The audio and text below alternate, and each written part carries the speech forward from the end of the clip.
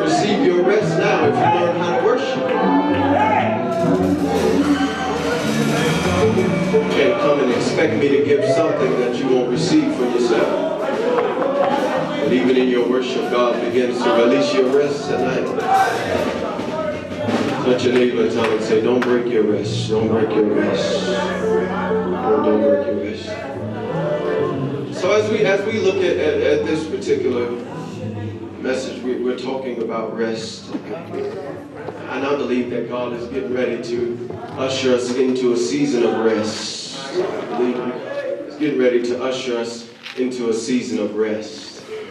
God, some of us have been in tremendous warfare in this past year and have been in such a fight that you're carrying scars over into the next year. You're carrying pain, you're carrying anger, all of these things into another year. But God said, I'm getting ready to usher you into a season of rest. My God, my God, my God. And so as we look at rest, there were two definitions that I wanted to deal with out of the dictionary. And the first one for rest is the refreshing quiet or repose of sleep. Let me give it to you again. The refreshing quiet or repose of sleep. The second one is relief or freedom, especially from anything that wearies, troubles, or disturbs. My Lord. Refreshing, quiet, or repose of sleep, or relief or freedom, especially from anything that wearies, troubles, or disturbs. Well, when we look at it biblically, we see that rest is that repose that is received in response to us drawing closer to the Lord. Amen. For the Bible tells us in Matthew chapter 11, verse 28, he said, "Come unto me, all ye that labor and are heavy laden, and I will give you what? Rest." So in this particular scripture alone, we find a choice, a condition, and a consequence. The choice being, come unto me. Right. The choice is, where do I go? The condition is those that are laboring and are heavy laden. So it's, what do I bring? The consequence is, I will give you rest. So what do I receive in exchange for what I give you? So when we look at this, we understand that everybody is carrying something. most of us just need to know where to drop it off. My Lord. Touch your neighbor and tell them, say, you're not the only one carrying something. You're not the only one carrying that. Tell them, say, tonight we're getting ready to drop it off. We're getting ready to drop it off. We're getting ready to drop it like it's hard. And so I want to give you a backdrop of where we are in Scripture tonight, because some of us don't read our Bibles. But the backdrop of this text is that Judah is missing the critical piece, because they meet the condition. They have labored and they are heavy laden. And they need the consequence in that they need to receive rest. But the problem is that they haven't made the choice. In that God tells us what? Come unto me. Yes. And so we find here that Judah is they're in a tough spot, because around this time they had just disassociated themselves from Israel. Yes, and they've only had two kings so far. They've only had Rehoboam and Abijah, and both of these kings led them in the wrong direction. And so these kings, they caused their condition, but they can't receive the consequence until they make a choice. That's good. Now we're dealing with King Asa.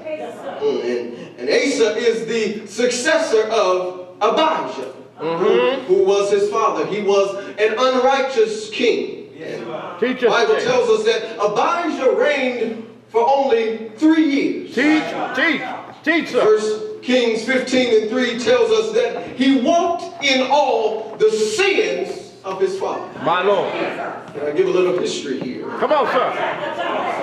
So, the problem is that the Bible doesn't directly state what is his disobedience. The Bible says that he walked in the sins of his fathers, but it doesn't tell us what are the deeds of his disobedience. Lord have mercy. Hidden deeds. Come on, sir. Because 1 Chronicles 12:1 only tells us that he forsook the law of the Lord. My Lord. But my question is, what did he do? Yeah, what did he do? So Abijah continues in the unspecified sin of Rehoboam. 1 Kings 15:6 tells us that there was war between Israel and Judah all the days of his life. Simply because he did not make the choice to come unto me, he didn't receive the consequence of having peace. And so there's war all the days of his life. Well, we get a sneak peek of the condition. Because at this point, Judah is tired of war. Somebody's gonna miss it already. That's the condition. I said, Judah is tired of war. Yeah. Now y'all know Judah means praise. But it's a problem when your praise always has to be warfare and can't be celebration. Lord have mercy. Y'all missing it. That's why some of us look like we're fighting when we're dancing. Because our praise always has to be warfare and it's never celebration. Y'all missing it. Judah is tired of fighting. They're tired. They're tired of dancing, but then dealing with their demons when they go home. They're tired of singing before the audience, but then crying when they get home. Does that sound like you tonight? Oh my God, they're tired. Judah is tired of being in war. So King Asa comes along and he has to identify the iniquity. This unspecified sin, this thing that they said happened, but we really don't know what happened. Asa has to come along and say, this is what it was. Because you know it is the hidden things that sometimes break our rest. The things that we think nobody knows about. The things that we don't tell anybody about. The things that we do with the light off. The things that we do. Y'all ain't going to talk to me tonight. The things that we do after 12 o'clock. The things that, oh my God.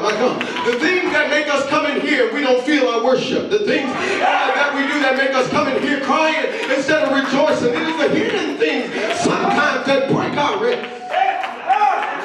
Have you ever been in a place where you didn't feel your rest? You felt restless because something was hidden on the inside of you and nobody knew it. Everybody thought you were fine because you were still showing up at 11 o'clock worship. But if I could tell my story, I will tell you that sometimes I didn't have rest because something was hidden on the inside. On the inside of me. And sometimes it's the hidden things that break our rest. But if he can recognize what it is, then he can reform it. Therefore, he can receive rest. Somebody say rest. Watch this. So, the Bible tells us in verse 1 of our text that Abijah slept with his fathers. Now, we're not talking about homosexuality. That means that he died. Okay? He slept, because I know how some of y'all minds is. Facebook will have you thinking like, he slept with his daddy? No, he didn't sleep with his daddy. He died. So Abijah slept with his fathers, and they buried him in the city of David, and Asa, his son, reigned in his stead. And in Asa's days, the land was quiet. Abijah dies. They bury him. Asa comes into power and the land is quiet. My God. My God. So what you got to understand is that Abijah is the reason why the land couldn't be quiet before. Abijah is the one that caused the wars. Yeah. In other words, Abijah is the disruption. Oh my God. So when Abijah dies, Asa steps in and the land becomes quiet. In other words, the land gets rest because Abijah goes to sleep.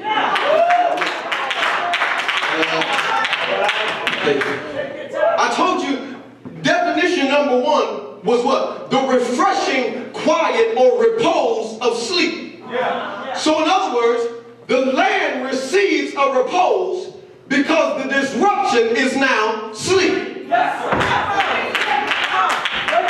And what you must understand is that the reason some of us don't have rest is because there's some things in our life that still need to go to sleep.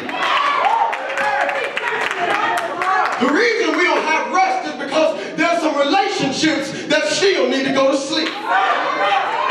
Okay, we ain't gonna be real tonight. There's some things in my life that still need to go to sleep. Touch your neighbor and tell them, say, neighbor, put that to bed. Put that, that relationship need to be put to bed. Don't go to bed with it, put it to bed. There's some things that need to go to sleep so I can get my rest.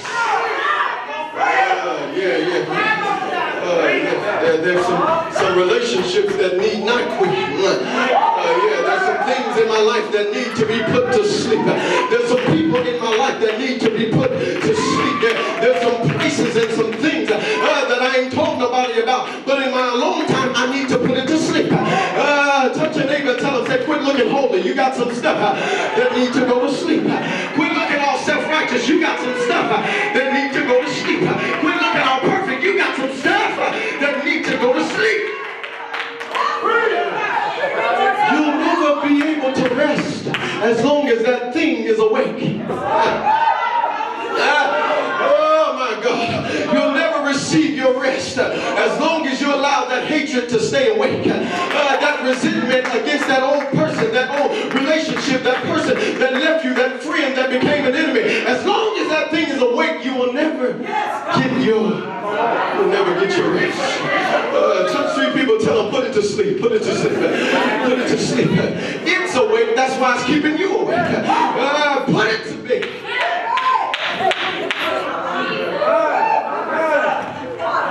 Abijah has to go to sleep in order for the land to be quiet. I don't know if I got the right church tonight, but how many in here, you're about ready for your lamb to be quiet? Yeah.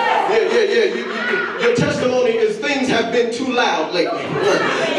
Things have been too loud. There's been noise from over here, noise from over here, noise from my children. I'm not talking about regular noise like screaming. I'm talking about trouble and persecution and something going on over there and something going on over here. I'm ready for my land to be quiet. I'm ready for folk to get off of me now. I had enough. I'm tired of that now. I'm not going to deal with it anymore. I'm tired of being disturbed. I'm ready for my land. God, I must have the wrong church tonight. I must have the wrong church tonight. But yeah, I'm ready for my land to be. But Abijah has to die in order for my land to be quiet. So we see the condition. They're tired of fighting. But in order to get rid of the condition, they have to make a choice. Asa decides, I'm going to retain my rest. In verse 3 through 5, the Bible tells us that Asa removed the idols.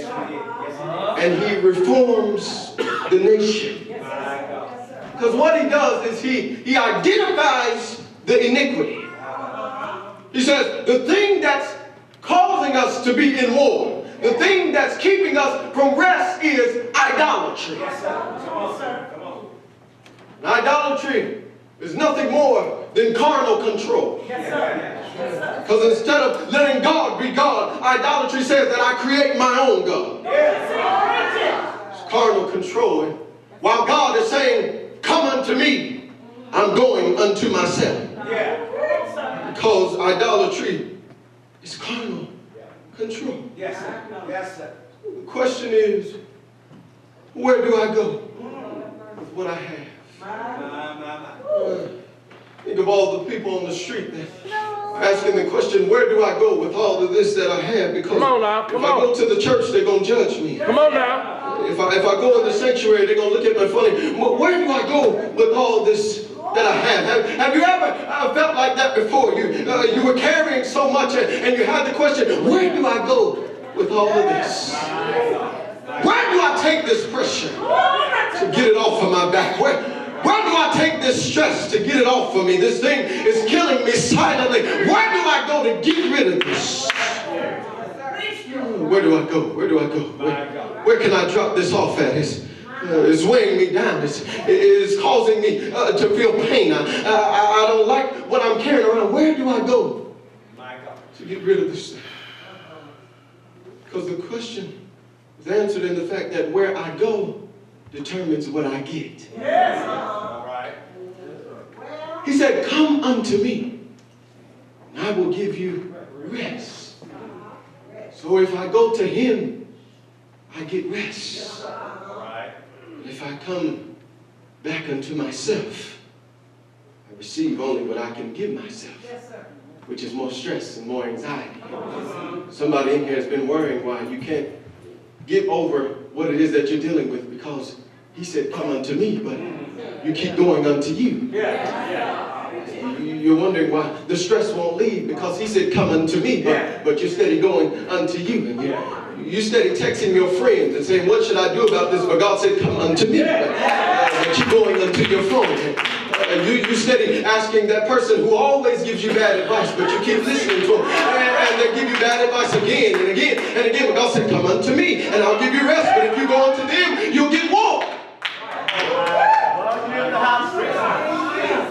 Asa makes a decision.